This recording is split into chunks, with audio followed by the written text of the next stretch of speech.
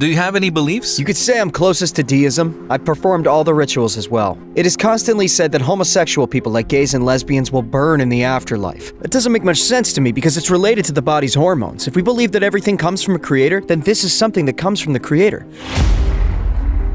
This topic is not described in detail. It may be that we don't know much about it. Do you know what Islam says about it? For example, adultery being a sin. Do you think adultery is a sin? Right now we're in the city. I know exactly what will go down in this suburb tonight. Do you think the creator couldn't think of these things happening?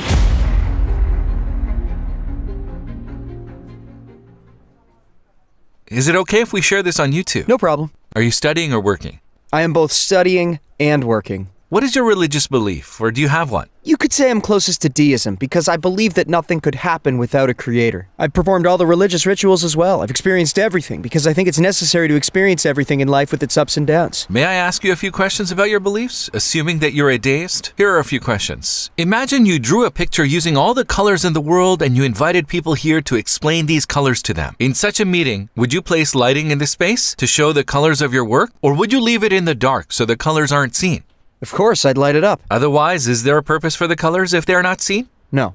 No. Just like this example, the creator that we believe in arranged the universe as a colorful place. Apart from just painting, he created living creatures. We can see what a colorful place it is, even if we just look at humans, the way they can talk and how they are alive. Or when we think of the hundreds of thousands of animal and plant species, we can find meaning in everything. Now, does it make sense to create this colorful universe and not illuminate it with the light of prophets and let the colors be left in the dark? Isn't it necessary to enlighten the meaning of the universe for the people who can think and comprehend, just like we illuminated the painting when we used a color? Let me say this. If the creator is creating a place or something, wouldn't it be more joyful if people discovered his creations without guidance? Rather than him describing everything to people? If he explains, everyone can believe. Even though it's explained in today's world, nobody believes it. Why not? Because a lot of people do not believe. That's a completely separate issue. But I need to say that because everyone has their own interpretation, it may be difficult to be understood. It may even be interpreted the opposite way. Let's say you open an antique store and you're displaying lots of historical artifacts. People are coming to visit. Imagine you have an antique worth $5 million. And if we don't tell people that it is an antique, they may think this is such an old piece. It's probably only worth $5 and pay $5 for it. Is that true?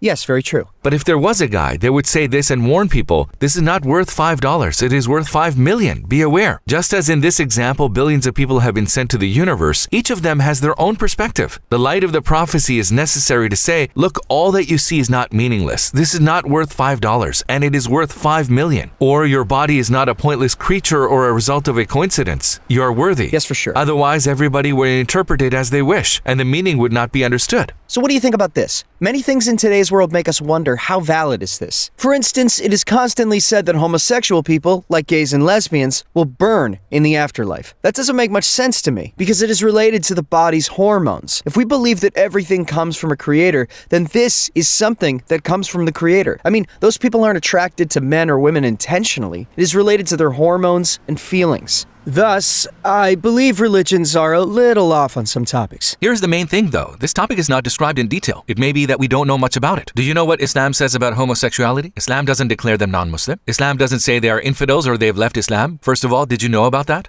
No. Islam doesn't say they have abandoned religion. It may be the opinion of people, but we must look at what Islam is saying. What does the book say? They're not seen as abandoning the religion because the feelings people have are their challenge. For example, someone is attracted to the opposite sex. A man is attracted to a woman. Islam says that you cannot be intimate with that person before marriage. So this is a rule. It is a test for humans. Moreover, if a person is attracted to the same sex, a girl to another girl or a man to another man, this is how they feel. And this is a test for them as well. Islam says you shouldn't get close to them. You see, first it establishes a rule between a man and a woman, saying you should restrain your feelings. This is your test. Then it says the same thing to the other people who have feelings for the same sex. You should restrain this feeling. This is your test. A person is not punished because they have those feelings. They're not seen as leaving the religion either. A person may have some other feelings too. For instance, some people have an urge to steal. Some say, I have this urge, I cannot stop stealing. There are many people like that, although they're rich. So Islam establishes a rule for that too. It says you may have this urge, but the important thing in this test is that you take control over it. And some people say, I have the urge to harm someone. Harming is like breaking things down or hurting people. People might have these urges too. Yes, for sure. But Islam brings an order to this. It says, no, you shouldn't do this. You should control yourself. So it means that the issues Islam is talking about is a test of self-control over one's urges. Or let's think of a married person. Can they cheat on their spouse by saying, I'm in love with someone else? Yes, they can. But they shouldn't. Islam says you cannot act on it just because you are feeling that way. It is a restraining rule, actually. So Islam is saying that you are not banished from the religion because you have these urges. You're not sinning unless you act on it. We should see it that way. Society doesn't know much about this and can easily see people as infidels, but that's not the case. How about adultery being a sin?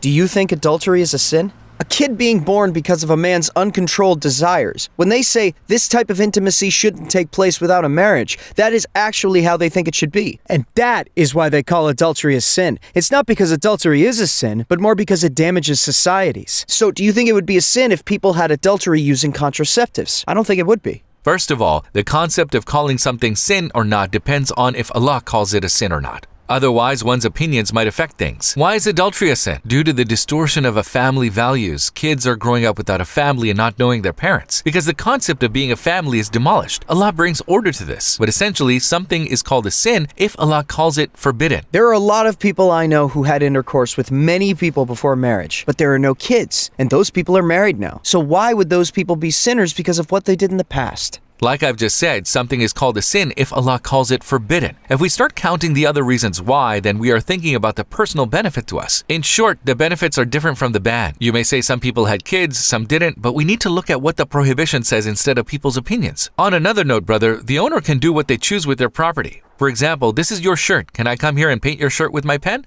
You can, but it would be inappropriate. This is your property. If it is your property, you can do what you choose with it. Similarly, the ownership is completely Allah's because the living creatures, men, women, everything is His property. He will give orders about His property as He wishes. So seeing those kids who do not know their parents in the destroyed family structure, He can say that these are forbidden. But a creator who knows everything after many years, in 2021, right now we're in this city. I know exactly what will be happening in this suburb tonight. Some will be drinking here and some there. Those people will be hanging out, the college students especially. When they hang out, they will be going to other people's houses as they please. Maybe they're friends or someone else's. It doesn't matter. And one day, these people will marry and start a family saying it happened and it's in the past. Do you think the Creator couldn't imagine these things happening? What is Allah doing through the Quran? He is describing the rules. He says this is right, that is wrong. Do this and don't do that. And of course, He knows what is going to happen. He is sending a book and giving people free will. He's specifying right and wrong. He says if you take this path, these are the benefits you will see. You will be happier in the world and at peace. The family atmosphere will be saved and you will be happy in the afterlife as well. He is describing the opposite side by saying if you do this, you will be restless as well as the others around you and you will be uncomfortable in the afterlife. So there's a test and people are informed about right and wrong. Indeed, Allah knows it all, but there must be more than one option so that the test is meaningful. Exactly. Very good. You explain it very well.